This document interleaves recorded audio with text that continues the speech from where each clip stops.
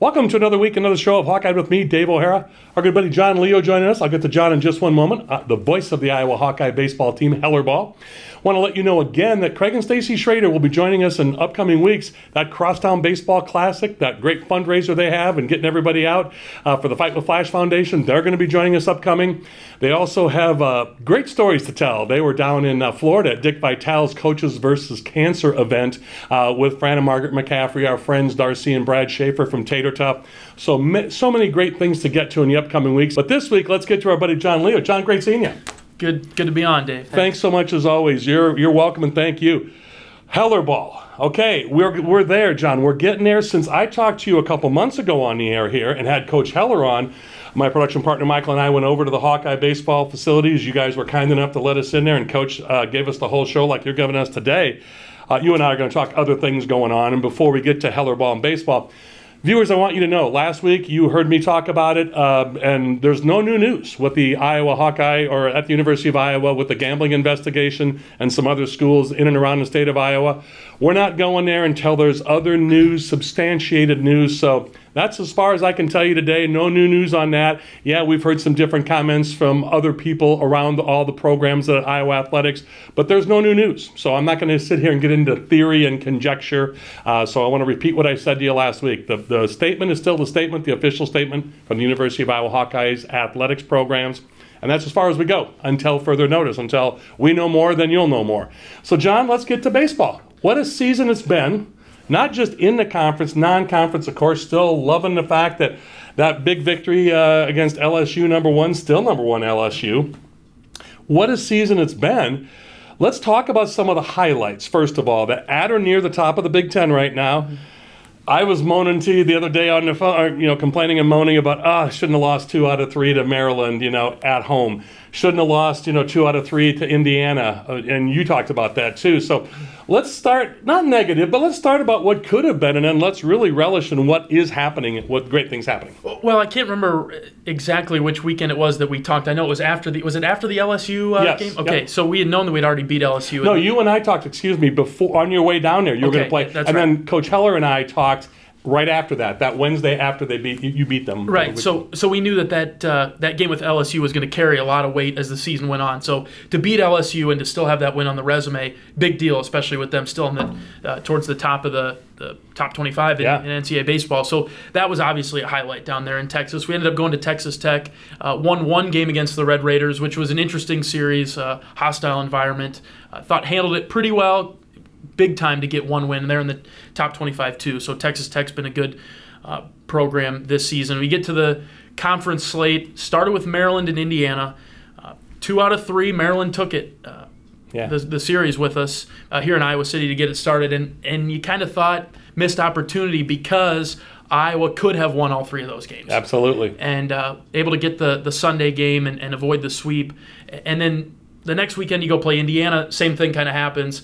I personally thought we could have swept Indiana, won all 3. We lost 2 of them. And then you kind of look back then as the season goes along and you think about what could have been, like you said. And then when it gets to those series, you look at the standings now. Maryland, Indiana, they're the teams that are ahead of us as we sit in third. Yeah, and Iowa was a game and a half back, I believe it is right now, and going to finish out the season. John's able to join us today on Tuesday afternoon, May 16th, because the University of Illinois-Chicago game was mutually canceled, and the closing series in the Big Ten in the regular season for the Hawkeyes is a Thursday, Friday, Saturday instead of the usual Friday, Saturday, Sunday. It's at Northwestern, and they're at the bottom, not near or close. They're at the bottom of the Big Ten. I'm not saying you got to win all 3, but John, you got to win all 3 against a team like Northwestern, don't you? We got to win all 3. Yeah, thank you. So, anytime you talk about respecting the opponent, there's a factor that comes in that you're probably assuming that the team isn't that great. Northwestern is not a very good team, but that doesn't mean that our mentality has to change. Right. And with the Big Ten tournament coming up next week, starts on Tuesday, it can't overlook this series with Northwestern. We've had a couple of stumbles over the years late in the season. I would be pretty surprised if the Hawks dropped a game to Northwestern. I think this team is laser locked in. Now let's get to some, not that we were negative, but we look at positives. So, and instead of what might have been, and I heard, your post-game, you talked with Coach Sutherland after every game, a lot of times instead of Coach Heller. And he talks about that Indiana series too, saying, we're going to go back and get those. You and I have talked about this off the air, and this certainly isn't to indict anybody. What a season it's been. Like I said, approaching, if they win all three, it'll be 40-plus wins instead of 30-plus wins, as we talk about with Coach Heller, X amount of years in a row. And got his 1,000th career win, by the way. Congratulations, Coach Heller, from Upper Iowa Division II to Indiana State, Northern Iowa, and now at Iowa. That's something else. And I love, ever the humble guy, you know him better than I, but I love the fact that he says, well, that just says I've been around a long time. We both know better than that. Yeah, I mean, I had to ask him in my pregame interview. I knew it was going to take a supreme effort out of me to lob him a softball so that he could talk about it, because I knew he wouldn't really want to talk about it. So, of course, he thanked everybody else and didn't really talk about himself. But that just kind of goes to show what kind of guy Coach Heller is. And I think small-town Iowa kids like you and me, we can kind of understand. But, John, I just hope what happened last year doesn't happen this year, where teams beat each other out and now they say, well, we're going to take the winner of the Big Ten tournament, the regular season be damned, and the conference season be damned. That was not – I don't want to sound like a fourth grader and say that's not fair, but, John, that wasn't fair. Right. I think Iowa's in a better spot this year than they were last year because of the non-conference wins, the schedule that they have played. Especially if you take care of business, you sweep Northwestern, you get to the 40 wins. A couple of them get knocked off because they're not Division I. But when you get to 40 wins, then you can go into the Big Ten tournament and not have as much pressure, in my opinion. I think the players and the coaches, the coaching staff, they'll want to go in there and they'll obviously have some pressure to win the thing, because that's the point of playing the games, to win them. I think from my perspective, to sweep Northwestern, that'd be check number one. And then you go in with limited pressure to perform in the Big Ten tournament. Just go play ball. Yeah. I think that's when this Iowa team is at its best, it's when they just go play. And they don't think about, well, what do we need to do? No, you just need to go play your game, and your game is really good. Perfect drop-off point. Let's run to our first break. When we come back, you and I will talk about the Iowa Hawkeyes more in detail, the great hitting they have. And, boy, sometimes, John, it's like watching the old classic home run derby. Yeah. This team slugs the ball. Now we've got pitching coming around wonderfully so. Funny how when the weather warms up, that tends to work a little bit. And then you and I, in the closing segment, John and I are going to talk about the state of Iowa athletics. What a year it has been throughout the campus in all sports. The Hawkeye women, Coach Gillespie and her ladies are going, I guess it would be the NIT of the softball world. They didn't make the big tournament, but they're going out to Colorado and playing. So that's great stuff. Of course, the men's women's basketball team, highlighted by the Bluters bunch. Of course, football was a great year. So John also works in the athletic communications department. So besides being the voice of the Iowa Hawkeyes baseball team, John's going to give us his insights. As he's smiling with me, it was a heck of a year to be. Every year, what's your tagline? Your clothesline is every day is a great day to be a Hawkeye. Some are just a little bit better than others. I love that one. So that's why you're smiling. Yeah. That's why you got the Cheshire Cat grin. Because believe it, it was been a heck of a year, as most years are, but some better than others, as John said. Right. So he's John Leo, voice of the Iowa Hawkeye baseball team. I'm Dave O'Hara with Hawkeye. We're going to run to our first commercial break, and we'll be back with more in just a few moments. To have a strong finish, you need an excellent start. It's true on the track and also in the field. That's why Merschman Seeds works tirelessly to deliver cutting-edge technology year after year. Introducing Starting Line, Merschman Seeds' latest advancement in seed treatment, now providing added protection from white mold and sudden death syndrome all season. Ask for Starting Line seed treatment from Merschman Seeds, your friend in the field. Hi, I'm Joel from Tice Chevrolet. We've lived through some very interesting times the last few months. Ensuring everyone's safety is more important than ever. That is why we are participating in the Chevy Clean program. At your request, we will pick up your vehicle, service it, and return it after we've cleaned it using the current CDC guidelines. This is just another way to work towards exceeding your expectations. So give us a call and let us show you what it means to be part of the Tice Automotive family. Make next harvest your best harvest with Merschman Seeds. First, our connection to MS Technologies makes us an industry leader for Enlist E3 soybean genetics. Second, Starting Line seed treatment, our most advanced seed treatment, comes standard with added protection against both sudden death syndrome and white mold. Third, upgrade with Saltro and Trunemco for maximum protection against sudden death syndrome and soybean cyst nematodes. There's only one leader in soybean technology, Merschman Seeds, your friend in the field. Welcome back to Hawkeye with me, Dave O'Hara. It's our good buddy John Leo, the voice of the Iowa Hawkeye baseball team. I got to shake your hand again. Thank you for being here as always and doing this for us. And John and I are, in case you didn't know, you can tell we're very good friends off the air. As John mentioned, a couple of small-town Iowa guys. He from the Owine area, me from the Postville-Castelia area. So, plus, like I always say, he's got my favorite name on the show. His last name was my dad's first name. So, Leo and Leo. You can't go wrong with that, right? There's some connections there, yeah. But, John, I got to get to this with you, and we've waited this long. When I say I got to, we'd be remiss if we didn't. This team is slugging the hide off the ball. And like I told you jokingly in the last segment, it's almost like watching the old classic home run derby. Yeah. And if it's not a home run, that ball is getting peppered all over the field.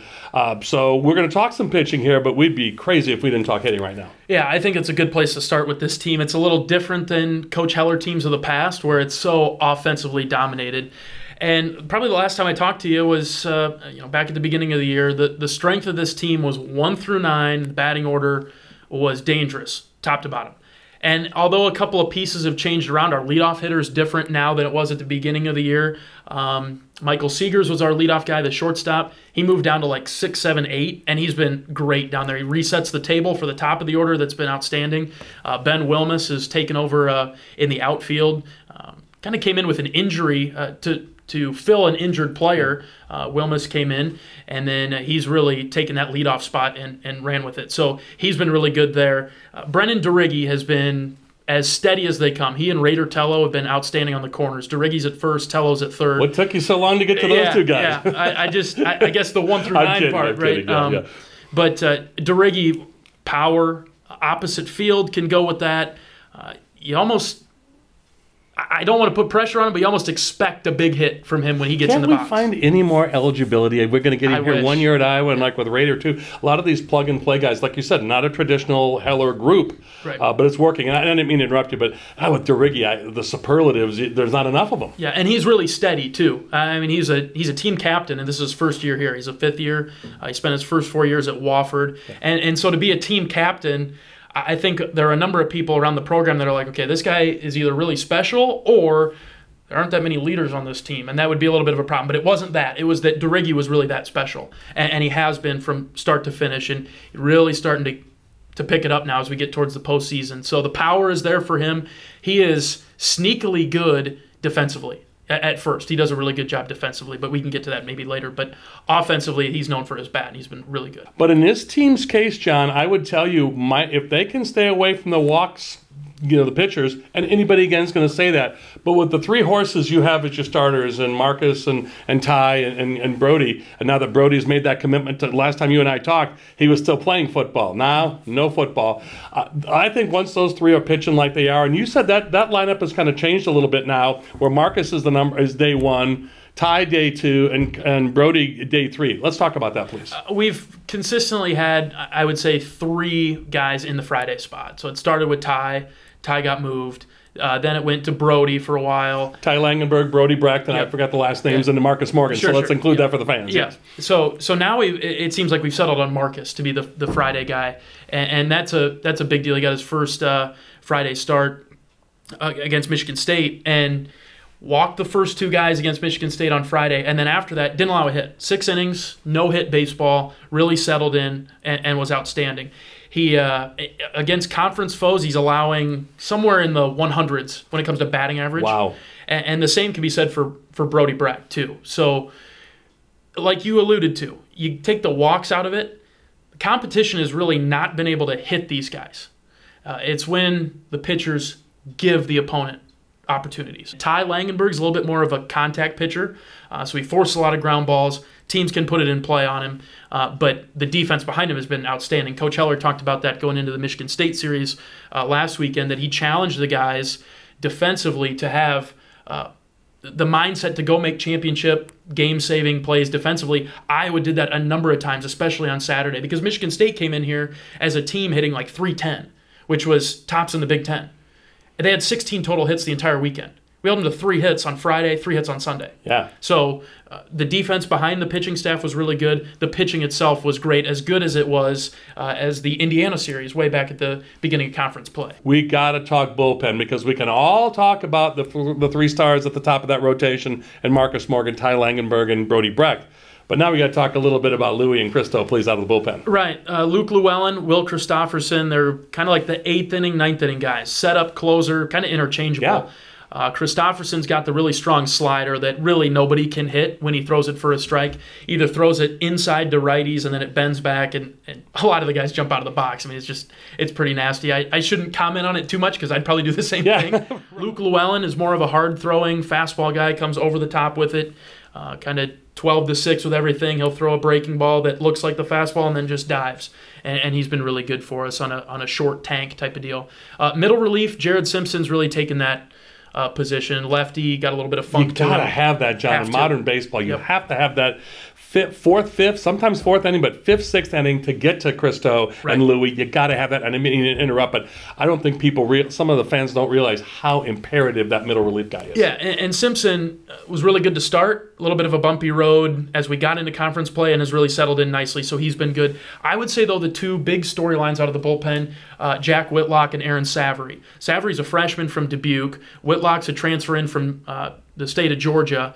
And they've been the guys that, when the starting pitching wasn't great and didn't get us through the 3rd or 4th inning, Whitlock, Savory came in and got us to the 6th, where then you could go to Llewellyn and Christopherson and then win the game still anyway. So both right-handed guys. Whitlock's got a really good breaking ball. Savory really sharp with some funk too. So those 2 have been very pleasant surprises. I go to Savory. Savory didn't travel with us the first month. Yeah. I mean, he was staying home and he was working on his craft. So he's been a really good surprise, and Whitlock has too. And just winners, I would say. So why don't you and I run to a quick break? We've talked the Heller Ball, the baseball team, through and through with many good reasons. Yeah. But let's you and I talk the University of Iowa Athletics Department as a whole. What a year this has been, and for many good reasons, we're going to talk about it. So as John Lee was smiling with me, he is the voice of the Iowa Hawkeye baseball team, as well as works for the Iowa Athletic Communication Department. I'm Dave O'Hara with Hawkeye. We'll be back with more in just a few moments.